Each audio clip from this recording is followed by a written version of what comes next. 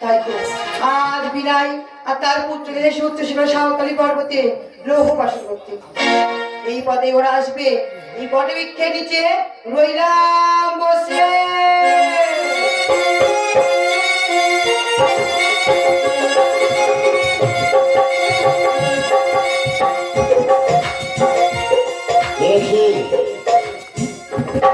আমি দেখলাম মহারাজ বলল যে পথের মাঝে একটা বট গাছ আছে, এই বট গাছটা কি পিতৃ বাস করে। আমি বিশ্বাস করি না, আমি কর্ম কাজ কর্ম করে যাচ্ছি, যদি মরণ হয় সেই পেতৃর হাতে আমি বলবো, কিন্তু কিছু পা হব না। এই মুহূর্তে পালিয়ে যাবো পেতৃর ভাই।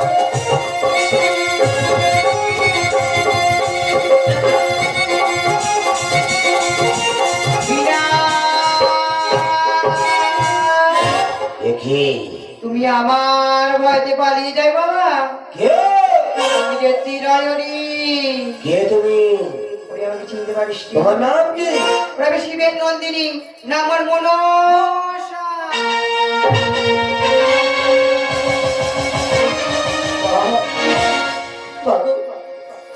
আমি আমি আমি কাজে গেছিলাম মা।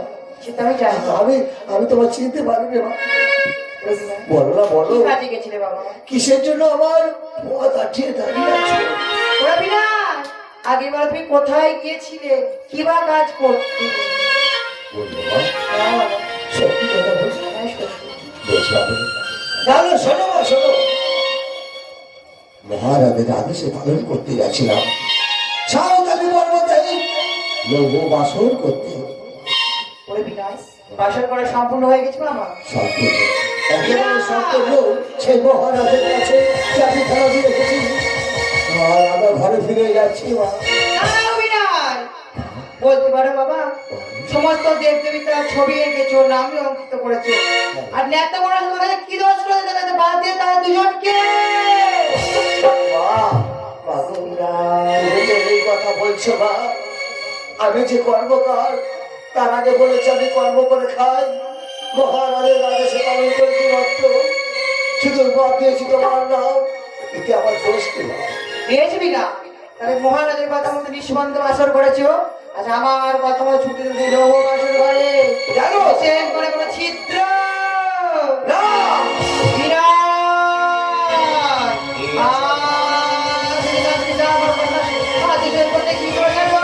আমার একমাত্র পুত্র আমার সর্বদা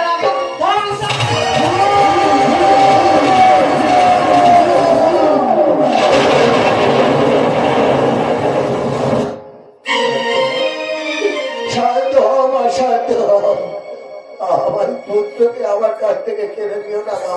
মানে ছুটতে ছুটে চলে যাও সেই উচ্চ শিখে লৌহ বাসর ঘরে, আর ভীষণ করে পড়ে ছিদ্র। বেশ মা বেশ, আমি কথা দিলাম আমি যাব। কেন পাবো আমি সেই নীল হাতের নীল বাজারি? আমার ঘরে তুমি বাসরের মাঝে নীল হারানি কাটারি খুঁজে পাবে। যাবি? চাবি মহারাজের কাছে গিয়ে বলবে, মহারাজ নিশ্চয়ই দেবে বাবা। আর মহারাজ তোমাকে কত কি দিতে হবে জানি না, আমার রাজ করে করে ফিরে আসতে পারো, আমি এখানে শত গুণ আশীর্বাদ করি আমার কার্য সেদান করে ফিরে আমার রাঙা চরণে। না না, আমি ওই দিন বিশ্বাস করি না, তাই আমিও চললাম তোর পিছনে পিছনে দেখো কি করে।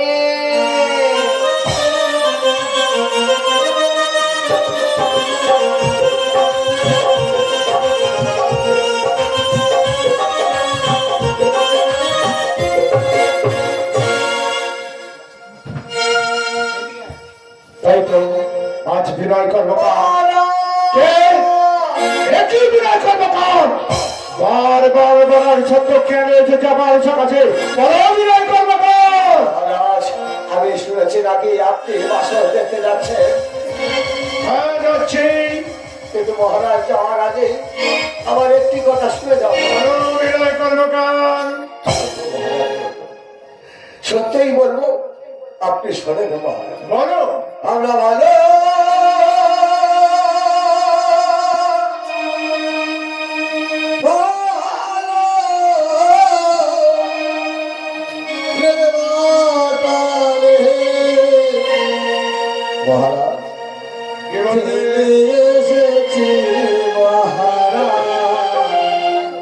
নিতে এসেছি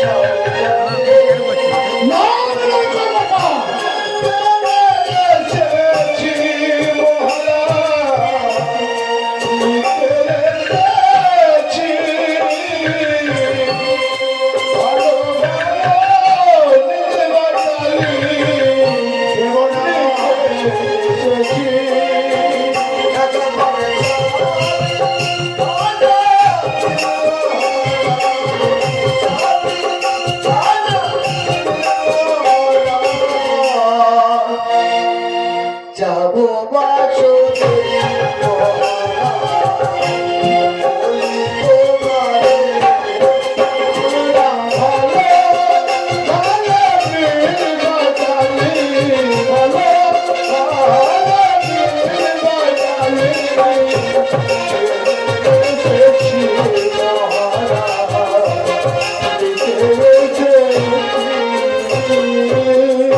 কি বললে বিনয় কর্মকার?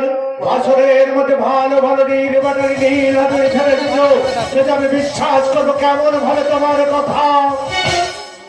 যদি কোনো অর্থের প্রয়োজন হয় আমি তোমাকে কিছু অর্থ প্রদান করছি, তবে বছরের মধ্যে আমি তোমাকে যেতে দেবো না। না মহারাজ না, যদি অর্থের প্রয়োজন হতো আপনার কাছে আসতাম না মহারাজ। আমি নিজে পায়ে দাঁড়িয়ে কাজ করে আমি সেই অর্থ জোগাড় করে দিতে পারতাম। বিনয় কর্মকার সারা বিশ্বের মানব জানে বিনয় কর্মকার কারোর সঙ্গে বিশ্বাসঘাতকতা করে না। তুমি যদি চন্দ্রধরের সঙ্গে বিশ্বাসঘাতকতা করো তাহলে তার ফল হবে ভয়ঙ্কর। এই কথাটা তুমি স্মরণ রেখো বিনয় কর্মকার। তাই তোমার কথা বিশ্বাস করে বছরের চাবি তুলে দিয়ে যাচ্ছি। সত্যিই যদি তোমাদের যন্ত্রপাতি হারিয়ে যায়, আমি যন্ত্রপাতি যদি পেয়ে থাকো আমি পরীকে দেখিয়ে দিয়ে যাবে, সেই সঙ্গে বছরের চাবিটাও দিয়ে যাবে। কথাটা যেন মনে থাকে। দেখি মহারাজের কাছ থেকে আমি তো চাকরি খানা নিয়ে গেলাম, কিন্তু বাসের বাজারে এই মুহূর্তে ঢুকতে হবে না। যদি পায় সেই মায়ের আদেশে নীল হাতে রেল বাটালে তালির ইশারা করে চিন্তা করবে, আর না হলে আবার ফিরে যাবো আমাদের নিজেদের দিয়ে। দাদা এই মুহূর্তে আমি খুললাম বাসর বাজারে।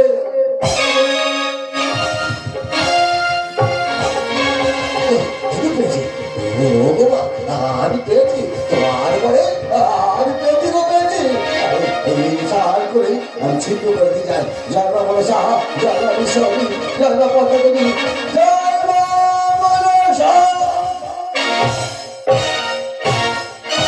এই তো ছিদ্র হয়ে গেছে। ওরে হেলকার করি যাও ছিদ্রের মুখে আগে তুমি যখন সরে যাবে লক্ষ্মীকারকে দর্শন করে আবার ফিরে যাবে। কি করলাম আমি? যে মাসটা আমি বছর অত্যাচার করি সেই ভয়তে আমার আমি চিন্তা করেছি না, সেই মায়ের সঙ্গে দেখা করবো না, সে বিচার আসে নেই, সে না খোঁজে তাই ওর সঙ্গে দেখা করে না করেই আমি পালাইয়া যাবো।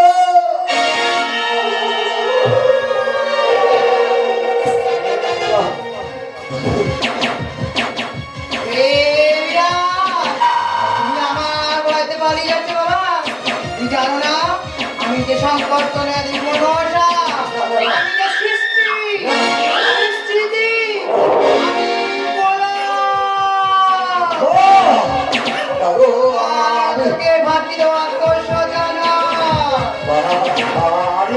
আমি পাচ্ছি না, আপনার কাছে আসছিলাম তোমার কাছে পালন করে ফিরে আসছিলাম, কিন্তু বা আমার ঘর পাচ্ছিল বলছি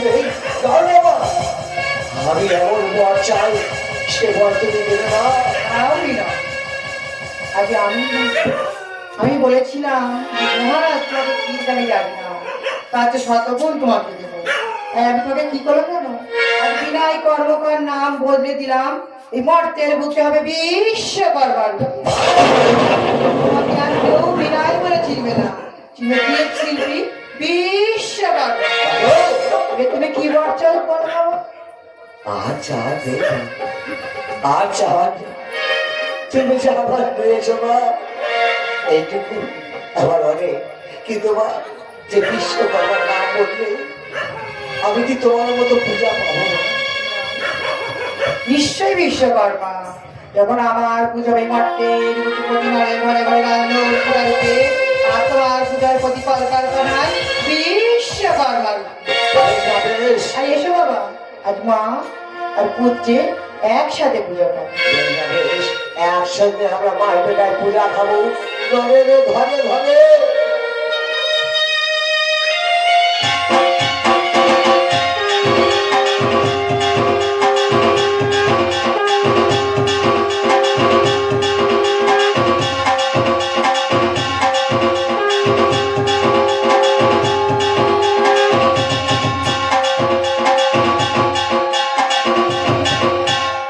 আশীর্বাদ পেলো, তবে মঙ্গল হোক।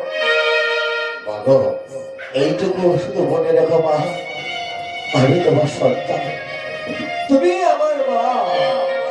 যদি তুমি বিপদে পড়ো, আমায় তুমি একবার ঠুকুর বলবে, নিশ্চয়ই বাবা।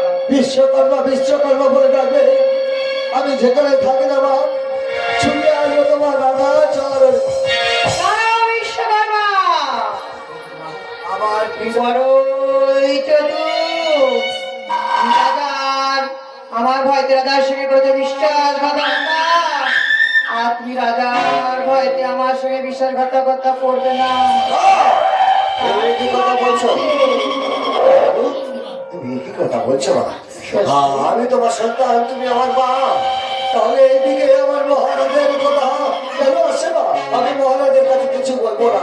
না, বিরাট, আমার তোমার বিশ্বাস হচ্ছে না বাবা। তাই কি করবো জানো, কি করবো জানো, আমার ছদিনকে তোমার মধুকণ্ঠের বল আমি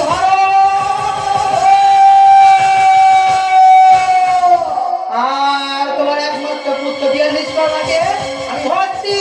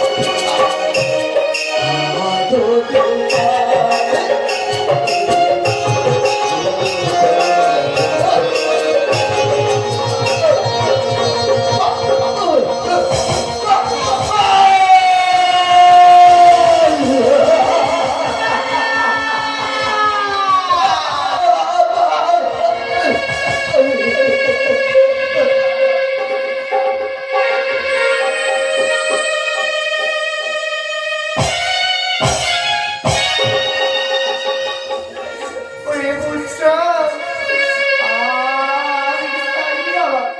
আমি চাইনি যে তোর মধুকণ্ঠের বলাই হবে। আমি যে পূজার কাজা ওই চন্দ্রার কাছে বারবার টানা পথ ওই চাঁদ পথের পরিবর্তে করতে ঘৃণা সত্যিকারী সত্যি কর্মের